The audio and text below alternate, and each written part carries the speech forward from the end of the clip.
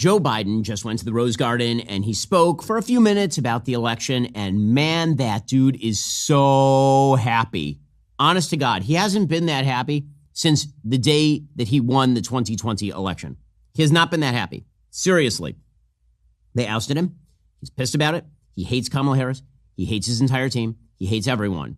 And now she lost. And he is overjoyed. He can now go down in the history books as the only man who beat Donald Trump. He was the interregnum. He was the guy who had stopped the Donald Trump train for just a brief moment. And until he was ousted, he was the guy who was going to lose to Donald Trump. He thinks he still would have won. All politicians, you should just know this. I know too many politicians. All politicians think they were destined to be presidents of the United States. They all think it. And so Joe Biden really thinks he would have won that election if he'd been left in place. And then he was unceremoniously ousted after he went brain dead on stage in a debate with Donald Trump.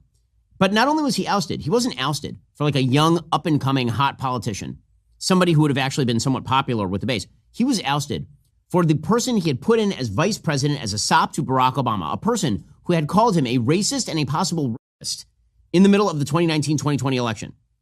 I don't know if you recall all the way back, but in the 2019 election, Kamala Harris, running against Joe Biden for the nomination, went on stage and suggested that if Joe Biden had had his way, he would have prevented her from being bused to a desegregated school, that he was actually a racist. And then later in the campaign, when there were allegations by a woman that Joe Biden had touched her against her will, Kamala Harris said that she believed the women because she believes all women, and she thought maybe Joe Biden should theoretically step out of the race. Then, because Black Lives Matter broke out and because Joe Biden was trying to appeal to black women or something, Barack Obama went in his ear and said, hey, you should pick Kamala. She's great. She's awesome. She is so brat and joy. And Joe, because he figured, okay, I'm an old white guy, young person of color, lady. Okay, we're gonna like diversify the ticket. So he picks her. Jill was pissed. Jill did not like it. Okay, Jill does not like Kamala Harris. Jill thinks Kamala Harris is trash. Joe Biden now understands why that is. Joe Biden feels that he was ousted for an absolute incompetent. And he was caught on tape saying that to Barack Obama. There are lip readers who were pointing out that he was saying to Obama that she was not qualified, she was not going to be a good candidate, she was running worse than he would have. And Obama, to be nice, was agreeing. So now, imagine you're Joe Biden, and you go to sleep early on election night because, hell, it's called night, and you can't really stay up that late. You're Joe Biden. You wake up in the morning to the news that Kamala Harris has, in fact, lost the election to Donald Trump. That basically they got rid of you to bring in a worse substitute. That you are the starting pitcher. And you are in a competitive game. You've given up 5-6 runs in 6 innings.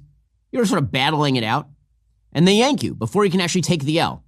It's a 6-6 game, and they yank you before you can take the L. So on the one hand, you're kind of ticked, because theoretically you could have gotten the W, you could have gotten the win. But then they put in somebody you hate as the reliever, and that reliever proceeds to blow the ball game. You're a little happy? You're a little happy? Because it turns out the L ain't on you, it's on her. And not only that, you resent the fact that your legacy has been destroyed by the forcible removal of you from the ticket. Now listen, all of that's Joe Biden's fault. He theoretically could have come into office, said, listen, I'm going to serve this term out, but I'm not running for re-election, I'm just too old. And so I'm handing it off to Kamala or to whomever, or we're going to have an open primary, but I'm not running for re-election.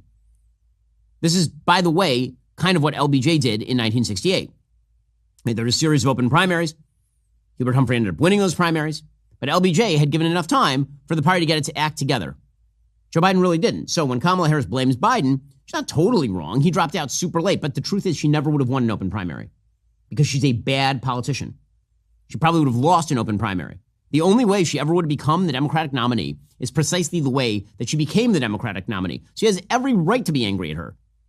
He has every right to be supremely annoyed with her and with the entire Democratic Party upper echelon that decided to destroy him and destroy his legacy and destroy his presidency in favor of her, and then she loses. So no wonder Joe Biden was grinning ear to ear.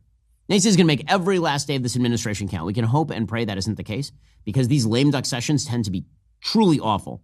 Barack Obama's waning days in office, that's when he pursued an enormous number of executive actions that were really bad. Trump undid most of them, but they were really, really bad.